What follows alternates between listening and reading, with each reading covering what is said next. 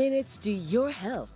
All right, folks, so our festive food favorites, a threat to your newly found healthy lifestyle. Well, weight loss surgeon, laparoscopic, I don't know how to say it, Dr. Alfred Dawes, and bariatric. All right, you finally get it right. I didn't always get it right. It just take me long. Dr. Alfred Dawes is here to help us survive the fasting season, it says, with his 5 steps game plan to make it through the temptations. Morning, Fred. Good to see you. Morning. All the very best for the holiday season. It's not fasting, I should say. It's feasting, I should say. Well, fasting is one part of it. One part of it. So. Well, it's read, I can't read, to be honest. So we're really, in a serious way, just talking about the fact that we're going to just eat more. We're just going to eat things that we probably don't normally eat during the season and stuff like that. This is where this is coming from. Yes, Christmas, a big part of Christmas is socializing, and all this socializing takes place around food and drinks. Mm-hmm. So it's just that time of year, you just have to accept that you cannot stick to a rigid diet. Yep. So you just don't want to fail too badly. That's the aim of the season. Yeah. So the first step, it says know your enemy. Yes, you have to know what you're up against. And the ham, you have to, yeah, we have to look at the ham.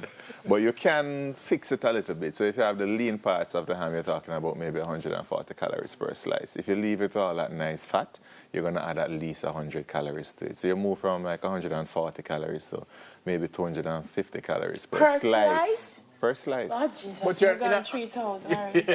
But you know, as I said, you know, take off the fat. Just trim it. Yeah, but that's what I was just going to say that, because in a serious way, you're not suggesting, but don't eat nothing at all. Yeah, just try to find better substitutions and still enjoy your meal. So you're gone 100 calories per slice there just by taking off the trimmings. I want to read something. It says red meat has got a bad rap over the years because of its high content of saturated fat. However, recent studies are showing that much of these fears are overblown. Do you agree with that? Yes, because growing up, and I mean, even when I was in medical school not too long ago, they said that red meat causes colon cancer, red meat causes heart attacks. Everything. And it's simply not true now. We know that the whole thing with saturated fats, where it's coming from is that saturated fats causes an increase in cholesterol causes heart disease. Therefore, saturated fats must cause heart disease, and it's simply not true. That was a big thing where the lobbies that wanted to get rid of coconut oil, they pushed this whole thing that saturated fat is bad, and so they killed off the coconut oil industry, and with it, this red meat, because it has saturated fat. That, I mean, not that you must just eat pure red meat, no. But everything is portion. Moderation. So avoiding red meat completely and going for this vegan lifestyle has no advantage, really. I wanted to go back. No advantage. No, it's. I mean, our guts are made to consume meat and vegetables based on the length of the intestines. Mm-hmm. If you look at animals that are solely vegetarian, their guts are structured different from us. I mean, we have canine teeth, which are for tearing meat. So there's nothing wrong with eating some meat. Okay. Interesting. When we're talking about know your enemy, it was saying sauces are hidden sources of calories that add up over the course of the meal. So in the gravy and... The gravy, the nice part. So, you know, the fried chicken with the curry gravy or the oxtail gravy that we used to love putting on our lunch. So, you know, gravy is something must just turn on the TV and say, I don't want to hear that man here, man. I listen to him and just lemonade me all drink for the whole Christmas. Step 2, plan your attack. All right, so... Even when you're surrounded by food, a good general knows he can't win by attacking every formation. Choose your battles wisely. Right, so you're going to have this fear laid out in front of you, and it doesn't make any sense. You try to eat a plate of everything.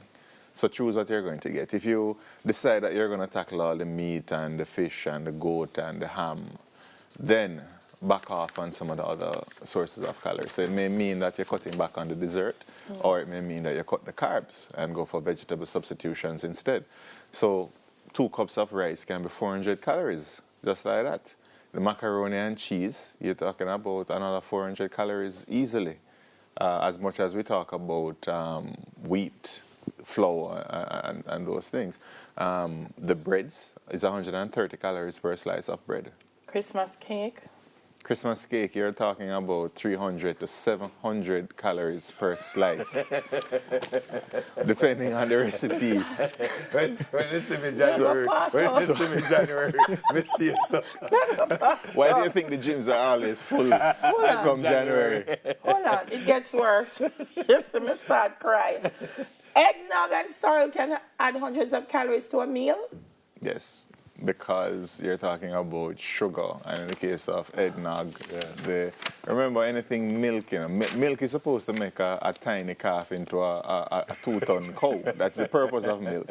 So it has everything, all the fats, proteins, and carbohydrates for rapid weight gain. All right, we're running out that time, so if we go through quicker, use your allies. Let's try some more. Use your allies. Christmas plans. Your allies in these cases are things that are going to fill you up and are low calories. So ice, in the case of your eggnog and sorrel, you fill the cup with ice. So you don't have the illusion of this tiny glass. Yeah. Vegetable substitutions, but even with the vegetable substitutions, you have to look at the dressings and the raisins and cranberries and croutons. Juices and stuff. Or you may just simply have water instead of juices. Deploy wisely. So the deployment, that's where you go into your fasting.